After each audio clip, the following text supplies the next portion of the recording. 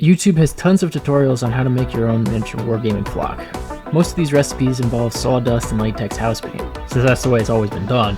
But with the increased cost of wood and needing an industrial paper mill's amount of sawdust to create the right amount of flock, I believe my method is the cheapest one out there and it allows you to make almost any color you could want. And all you'll need is some dollar store floral foam and cheap craft paint.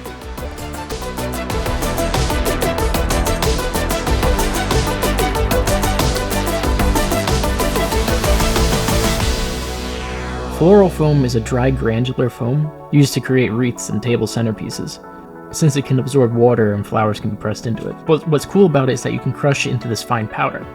Obviously you don't want to breathe this stuff in, so I usually break it up inside of a plastic bag. The crushed foam is poured into a disposable plastic container and mixed with a little bit of water.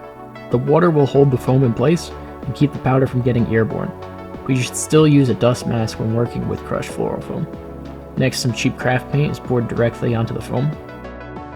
Then a glass container is placed over the opening of the plastic cup and everything gets shaken up. The foam will begin to absorb the paint and change color. You may have to keep adding in paint and water as the foam will start to dry out. When the foam has fully absorbed the paint, the mixture is fed through a strainer to drain excess paint so the foam can dry faster.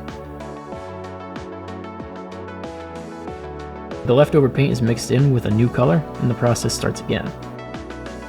If you are making different colors, make sure to work with the lightest color first, then move towards the darker colors, so you can reuse as much of the paint as possible.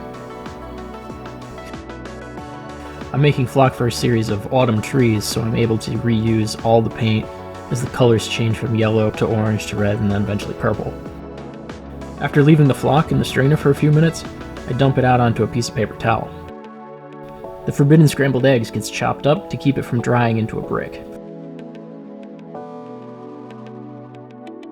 The paint slop can even be saved if you plan on making more flock in the near future.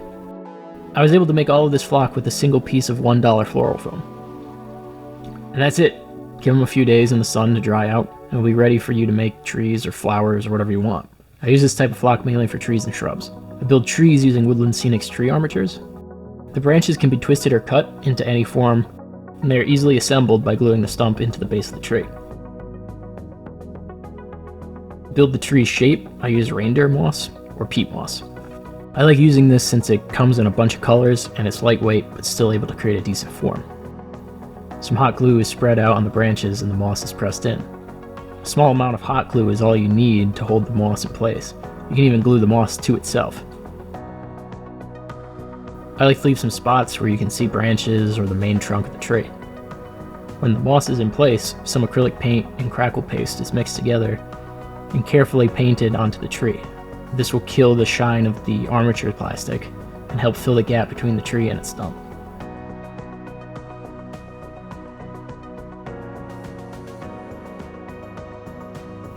I then move outside and spray the moss with Super 77 spray adhesive. The moss will accept the adhesive well and the floral foam flock can be sprinkled on top.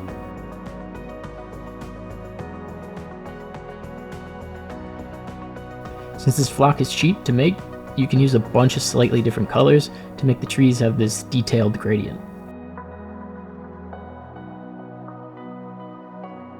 2 coats of matte acrylic spray were used to help keep the flock in place, and the trees are finished. This is a perfect place to stop if you plan on attaching these trees to a fixed terrain board, but since I use scatter terrain, I'm going to make them modular and removable. This is just sort of an updated version of how I made my Song of Ice and Fire trees. But this time I glued the finished tree to a 1.5-inch fender washer.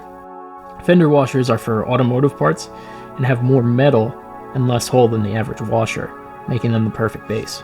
I got a pack of 100 of them for $8. I double them up to make sure the base has a little bit more weight.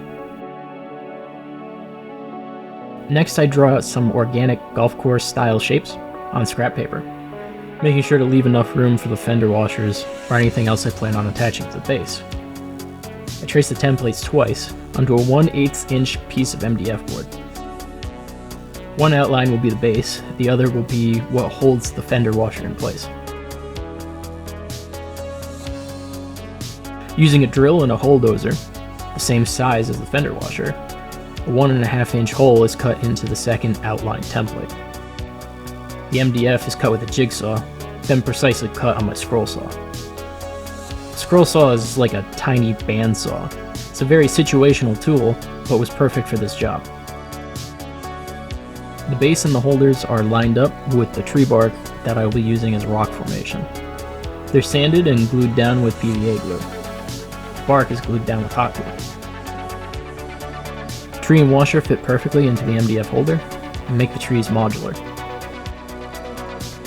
Experiment with your tree base shape. They can be as simple or complicated as you want. You can even build them up higher with multiple pieces of MDF.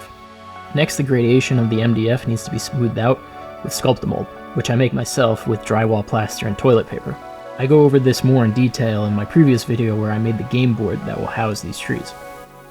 The DIY Sculptamold is spread out along the MDF to hide its edges and fill the gaps between the bark, as well as covering the tree stump and washer metal. When the plaster dried, some rocks and conduit are glued down, then spray painted gray. The rocks then get covered in a black stain, and the plaster is painted a reddish brown. When the paint dries, everything gets covered in a mix of tile, grout, and soil. This is the same process from my previous video. I go over the steps in more detail, so make sure you go watch it if you haven't already. Tree bases were finished with some static grass and army painter grass stuffs. I even glued down some of the cut-off tree armature branches to look like down limbs you would see in the middle of the woods. Some ground up fine leaves were used to blend everything together, and some watered down PVA was applied to make sure nothing falls off. Once the glue dries, these trees can be shown off.